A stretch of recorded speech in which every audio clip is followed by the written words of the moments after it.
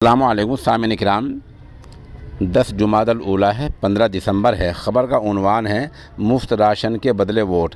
दरअसल योगी सरकार की योजना है जिसमें होली तक मुफ्त राशन गरीब लोगों को तकसीम होना है। ऐसा ही एक मामला आगरे में सामने आया है जहां साबिक वज़ीर अरमिंदर सिंह का वीडियो वायरल हुआ है।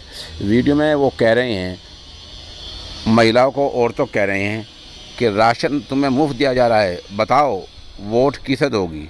फिर उनको तरगीब दिला रहे हैं, ध्यान दिला रहे हैं और साफ साफ कह रहे हैं कि वोट योगी जी को देना है।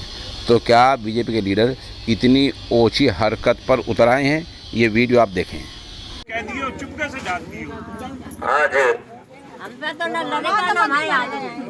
गरीब कल्याण अन्न योजना के अंतर्गत